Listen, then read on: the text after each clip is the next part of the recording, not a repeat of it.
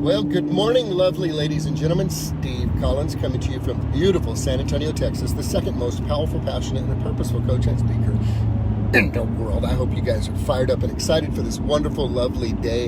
Another opportunity to Groundhog Day this place on earth for you to get things tight and all right. We're going to have a conversation today, and this conversation is going to be built around the idea of the difference between a great producer and a great leader. A great producer and a great leader. And it has to do with the subject of coaching. Would you be shocked to learn that some of the most winning coaches in the NFL and some of the most winning coaches in the NBA, they themselves did not win as many championships as the teams that they assembled to coach? There are different giftings and talents that emerge over time that enable folks to draw out the best in other people so that they can achieve the goals that they have set for themselves. And when you look at the difference between a great producer, particularly I'm going to utilize the real estate world, a great producer versus a great leader, there is a significant generational difference. May I explain? Thank you for your permission. A great producer has nothing to do with, as a metric or a measure, a great producer has nothing to do with character, integrity, excellence, consistency in terms of service, high level of service, servant's heart. No, there is a science to achievement that can be achievable by anybody who is willing to grind it out long enough, grind it out hard enough, put in enough hours to do the things that need to be done to climb that ladder to reach the top of where it is that a person intends to go. Here's my observation in 51 years experience on this earth and studying the lives of many other multimillionaire entrepreneurs and business owners throughout the history of the United States. Many times when that man or woman with that significant goal achieves their goal and they are on the top of the ladder, they look down and realize they lost their family along the way. They lost their friends along the way. They lost their dignity along the way. They compromised their convictions on the altar of convenience along the way. They sacrificed things they did not realize were being sacrificed on that path. And when they take a 360-degree look around at the top of where they arrived, they realize they did arrive at the top and it was not the building that they thought it would be. Because your character can destroy what your gifting creates. Yes, you may be gifted. Yes, you may be talented. Yes, you may be productive. And yet, if there is not a focus on the development of yourself first, so that you can become a greater servant to the people entrusted to your care, at best, you will have significant turnover, significant stress, significant frustration. But guess what? You'll have money. You'll have money. You'll probably have a cool car. You might even have some friends that will love for you to buy them drinks all the time as well. Until the money goes away. Until things get rough or until there's a really dark season.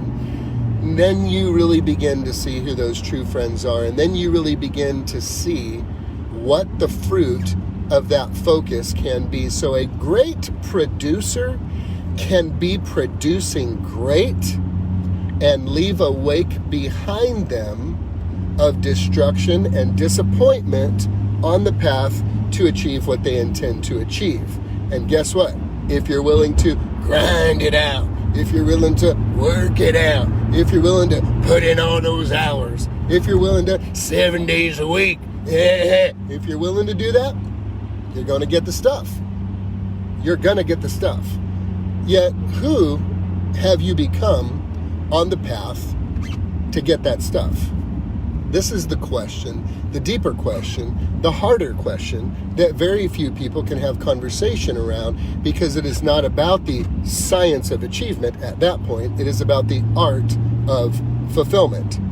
It is about the art of fulfillment. What makes it an art is that it is subjective to each individual human being to determine what it is, not that they just want to achieve, but truly to decide, who am I going to become?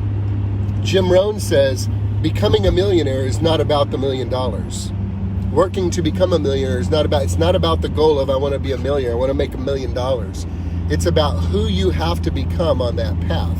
It forces you to grow, and your income rarely, if ever, exceeds your self-development.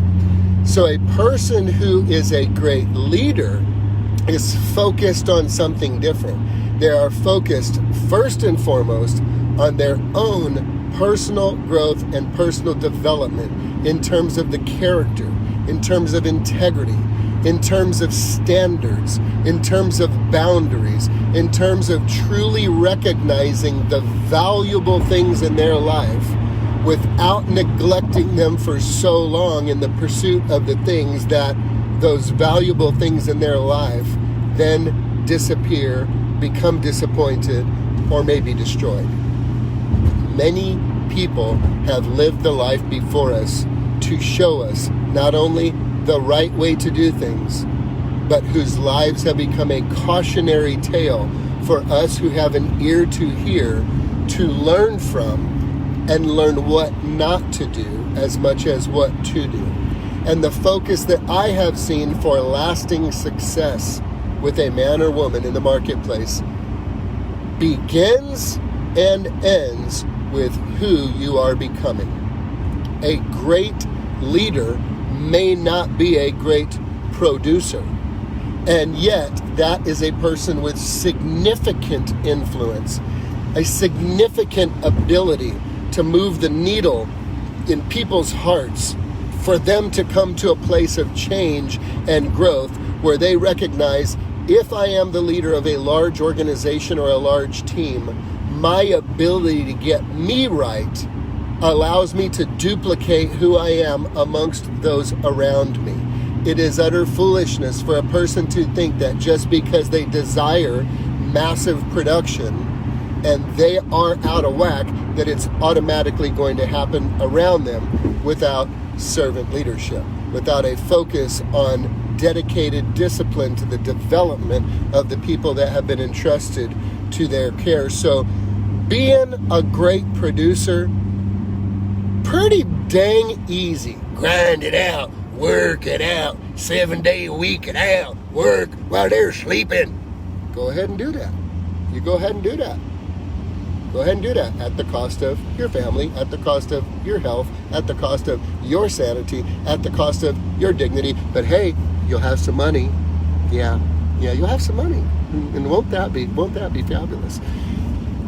Learn from the cautionary tales and recognize that your business will only grow to the extent that you grow. And you want to know something funny about personal growth and personal development? You can't fake it. You can't fake it. You are growing in massive discomfort, or you are not. And there's a significant difference. So I challenge you.